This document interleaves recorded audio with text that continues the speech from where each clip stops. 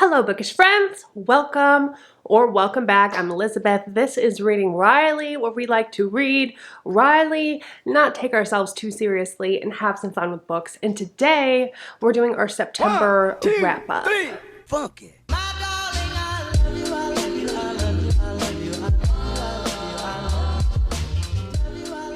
Today we're going to be discussing all of the books that I read in September, and they were 12. So I'm going to try to make this relatively quick considering we have 12 books to go over. A lot of these books I vlogged for one reason or another, so I will pop up the cards up top and link the videos down below as well for the books that I went into greater detail in other videos. I'm going to start out by telling you about the books that I do not have other videos on. That way they'll be new for those of you that do follow every single video that I post. I will make the chapters, so if you look down here, you'll find that each book will be indicated by a little separate line, so if you want to skip around, feel free to do that. Also, information's below, how to support my channel, all of my social media links. All of these books will have links down there to Storygraph if you want to look them up, etc. Yeah, so let's go ahead and get into the books. The first one that I want to talk about is Project Hail Mary. I finally got to this book by Andy Weir. I'm so glad I read this. The second I picked it up, I was hooked. This was a buddy read with Beth at Beth's All Booked, and yeah, we had a really great time reading this together. I learned something about myself, that I am I always knew that I was attracted to intelligence in people, but I didn't know there was a word for it, and Beth told me, and I was like, what? Sapiosexual, I think it is. It is basically you're attracted to intelligence, and I definitely got a crush on Andy Weir reading this book. Oh my god, the man is so smart. And I feel like if anybody has a complaint about this book, their main complaint would be the science talk in this, because it's very in-depth science talk. It doesn't bother me, I just think I don't understand it. You don't have to understand it. You don't have to work out formulas or anything like that to understand the book. You just kind of go with it. Like, you just trust that they know what they're talking about. And maybe he does, maybe he doesn't. Half the shit could be made up and I wouldn't know. But anyway, we're following Ryland Grace in this book. He wakes up in space. He's a science teacher. He's like, what the hell am I doing here? He has no memories. As he starts to get his memories back, we get chapters from the past and figure out along with him what he's doing up there and what's going on. But basically, there is this life form that has shown up out of nowhere. That's basically our first contact with aliens, but it's like a space algae where it's alive, but they don't communicate. This algae eats the sun, and so basically the Earth's gonna die if we don't figure out a way to take care of this algae. So that is what Ryland Grace is in space to figure out. He meets someone along the way, and this relationship forms that is just like incredibly heartfelt and wonderful, and I cried, I laughed. It's true Andy Weir. If you've read The Martian, the humor is there as well, and I just had so much fun with it. I gave it 5 stars. Love this book. Everyone's been pushing me to read it, and I don't know why I didn't pick it up for so long, but I'm so glad I finally did because it is amazing. This will be on my top books of the year for sure. The next book I want to talk about that I haven't discussed yet is The Family Plot.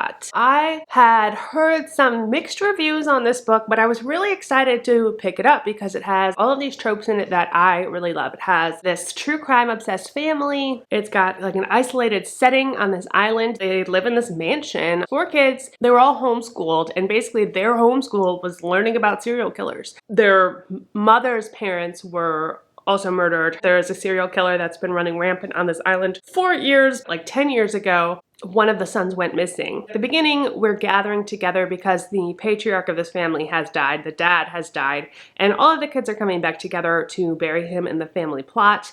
They go to put him in this plot, and there's already a body in there. So then we figure out, whose body is this? What's happening? How is this all connected? I ended up enjoying it. I didn't love it like I wanted to love it, but I still think it's a solid book. Like, I don't dislike it by any means. I thought it was a fun read. I enjoyed the writing style. I just thought how it all wrapped up in the end was a little bit convenient, and it was not as shocking as I wanted it to be, but I would still recommend this book. I think I'm giving it 3.5 stars. The next book I want to talk about is If You Tell by Greg Olsen. I read this as part of Beth's book club, and this is a true crime book. Greg Olsen writes this story about Shelley Notek, who is a real life person. She's actually getting out of jail next year in 2022. I think that was part of what spurred him to write this because, you know, it doesn't have the infamy that some of these other cases have. So he wanted to shed light on this case. And basically, Shelley is a really interesting character because she is definitely psychopathic. She's manipulative and she likes to find really strange ways to torture the people around her. As you're reading the book, you wonder how these people, because some of them, like, it starts with their kids, you know, obviously they can't run away, but then she brings other people into her home and into her life under the guise that, you know, she's helping them out and they have these friendships, but then she ends up manipulating them and torturing them and killing them. And somehow she got away with all of this. She's a very, very, very smart woman. And she only got 20 years. I think she only got convicted of one of the murders. Not all of them in any case. It's interesting to see this in a woman because typically psychopaths tend to be men. And so I found this as kind of an interesting case study. Now the writing itself was a little bit dry, but I mean, I don't read a whole lot of true crime stories, so I normally listen to podcasts about true crime or documentaries, things like that. So I'm not used to reading about it. I don't know really how to compare it, but like the whole beginning where we're getting the backstory of Shelley and how she grew up, I was just not interested. But once it finally got going, a story, and we get into after she has kids and the stuff she ends up doing to them, I was hooked. I was like, okay, I'm in this. And it was really messed up. Just, you couldn't imagine some of these things, like how she comes up with ways to torture people. She's just real messed up. I don't rate nonfiction, but I really enjoyed this book. And maybe I should make an exception for true crime because typically the reason I don't rate nonfiction is because it's about, you know, someone's life, if it's a memoir or biography or something like that, or even self-help. I don't know. I'll have to think about that. The next book I want to talk about, I did mention in a recommendations video, but I read this month as well, and that is Alice Feeney's Rock, Paper, Scissors. In this, we're following this couple. We have Adam and Amelia. They've been married for 10 years. Their marriage is on the rocks, and they're going off to Scotland for the weekend for a getaway, and this weekend's gonna make or break their marriage. They both have some tricks up their sleeves. They both have some secrets. Adam has prosopagnosia. I think I said that. I think I just made that up. It's something like that, but it's face blindness, which is a real thing, and apparently there's other books written about this, but he has this. He cannot recognize, differentiate faces. They all just look like kind of blurs to him. This plays into effect in a really interesting way, but basically his wife's been writing him a letter every year for 10 years on their anniversary, highlighting the things that went well for that year and the things that didn't necessarily go that well. Adam doesn't get to read any of these until now, and those letters are our flashbacks to give us kind of this background information on this couple. And then we have the present day where they are navigating this weekend that goes awry. So I will leave it at that. It's really good. Double twist at the end. I had so much fun with it. I think you will enjoy this too. I love Alice Feeney. Highly recommend. Next, I'm going to talk about the books that I read for school. I'm taking this women in literature class. The whole class is based on Jane Austen and Pride and Prejudice, but so we're reading, obviously we read Pride and Prejudice. That'll be my first book I'm going to talk about. But then after that, we're reading all kinds of retellings of Pride and Prejudice and watching movies of retellings, and I'm having a blast with it. We read Pride and Prejudice. Both of these I've read before, so they were both rereads for me, and they're both 5 stars. Love them to death. Pride and Prejudice by Jane Austen. Absolutely love this book. I mean, it's a classic for a reason. Mr. Darcy gets me every time. I think Jane Austen in general was very much ahead of her time. A lot of this is about a romance, but it also talked about society and societal issues of the time and the merging of these two kind of castes, as it were. How society adjusts to that and the rules that they play. I'm sure most people know what Pride and Prejudice is, so I'm not going to spend a lot of time on this, but I really, really enjoyed this book, even upon second read, 5 stars. Also, we got to read Bridget Jones's Diary. I didn't actually read this copy, but this is my 25th anniversary copy of it, and I don't know if you can really even see it, but it's got all these little underpants. It's gorgeous. I love it. And that's by Helen Fielding. And yeah, this is a epistolary style book. It's written as a diary, and Bridget Jones is my idol. I love the shit out of her. I will forever love her. I don't care what that says about me. A lot of people think she's just dumb and ditzy. I, however, am under the opinion that she is brilliant and that all of those things that other people see are just her way of kind of covering up her insecurities. But the point of this is that the deep underneath, she is a very loyal person. She's a loyal friend. She's a doting daughter. She's ambitious, and it's those little parts of her true self that sneak out that allow Mark Darcy to fall in love with her. And I love this just as much as Pride and Prejudice. 5 stars. The next ones I'm going to talk about were part of Thrill to the Weekend, Readathon, which I participated in at the very beginning of September. The first book I read for that is A Child Called It, another true crime book.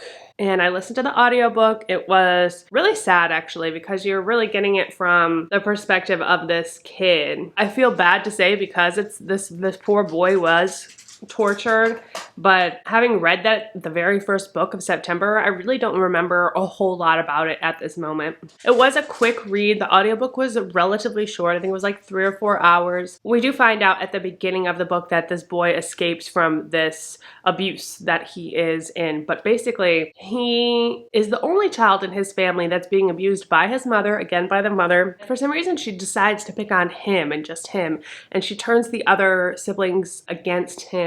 And the poor kid just like goes through all this stuff. He has to beg for food. He doesn't get any, like, basically they're doing a lot of withholding, but he does get away. He finally escapes, and then they go in to talk about how he grew up to be a loving father, which I absolutely loved. But I do recommend this. Again, I'm not going to rate it, but I do think it's a nice, quick, I wouldn't say nice actually, but like it's a well done, quick, interesting read. So I'll leave it at that. The next book that I read for Thrill to the Weekend was Infinite by Brian Freeman. This was the buddy read, so it was a lot of fun to get everybody's opinion on it as we went together. Just all of these people reading this one book together. It was a lot of fun, and this was kind of a parallel universe type book, sci-fi thriller type, really up my alley, and I was glad that Jaqueline picked that one because I actually really enjoyed it. I think I gave it 4 stars. We're following this man.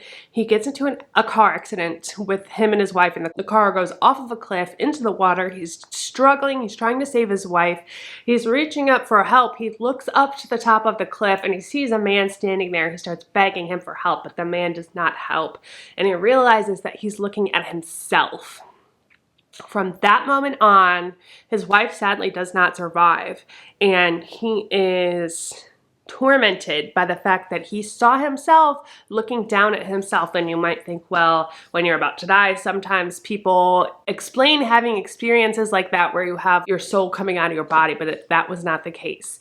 And we come to find out that it's almost like this midnight library type situation where there is this place where all versions of himself go, and from there he finds a way to escape into other versions of his life to try to get his wife back, to try to fix things, and it ends up biting him in the ass. It's much deeper and more intricate than that, but that's the general gist, and it was really entertaining. It was very much a mind fuck in certain parts. It was fast paced and it was fun to read. The next book I read for the readathon was Blanky by Kealan Patrick Burke. The Gift That Keeps on Living.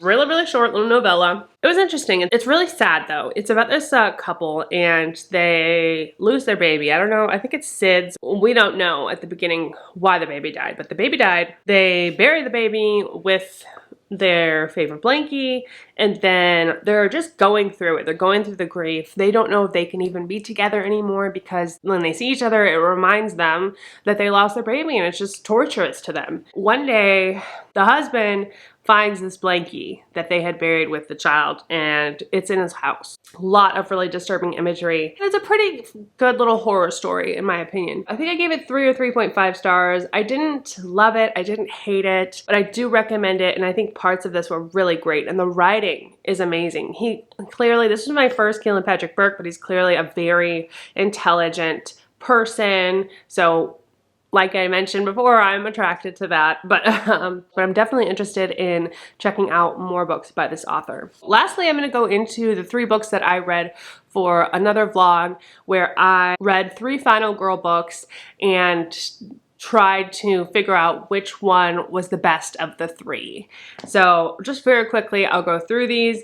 I read The Final Girl Support Group by Grady Hendrix. I read The Last Final Girl by Stephen Graham Jones, and I read Final Girls by Riley Sager. I've seen a lot of negative reviews on Final Girl Support Group, and I don't really understand that because I thought it was really fun. Although it does read as more of a thriller, so I can see how it may disappoint people who are going into it looking for that very specific Final Girl horror trope. I really liked our protagonist, Lynette. Basically, we have all of these Final Girls that are in a support group together, and they start getting picked off one by one, so it is true to the Final Girl format. And there was a lot of social commentary in that, which I love. We talked a lot about feminism. We talk about everything you could think of, ableism, race. Really enjoyed that one. Final Girls by Riley Sager, I think just is straight up a thriller. It's not even a horror book. It's a thriller about Final Girls. But really fun plot, really interesting story, really likable main character. I thought it was fast paced. I liked that there was another double twist at the end. I thought that was fun. And then the last Final Girl ended up winning, more so because I came up with a whole like scheme, not scheme, but like a way to rate these books that I felt like was true to this horror Final Girl trope. Of the three books, it came closest to what I think people that are looking for that Final Girl trope would want in a Final Girl book. But that one was another short one, quick read, very satirical, pretty funny, but also like very much compared to Scream or Friday the 13th, the Michael ones, whatever that one is, you know, that kind of style where everyone's very, very tropey and it's kind of making fun of itself. So it's very meta in that sense. So that's it. Oh my gosh, that's all 12 books that I read in the month of September. So October is here and I've already read a couple books for the month of October. Very excited. I will be participating in the Camp Spooky-Ween. Oh my gosh, I can't remember the name of it. I will obviously put it up here, but that Gabby's hosting at the last weekend of October. So I will be participating in that. Let me know if you'll be participating in that as well. And let me know what you think of these books. Have you read any of these? What did you think of them if you did? Don't forget to like and subscribe if you haven't already. It really helps me out. I appreciate you guys so much. Don't forget that life is short. So read Riley, cheers, and goodbye.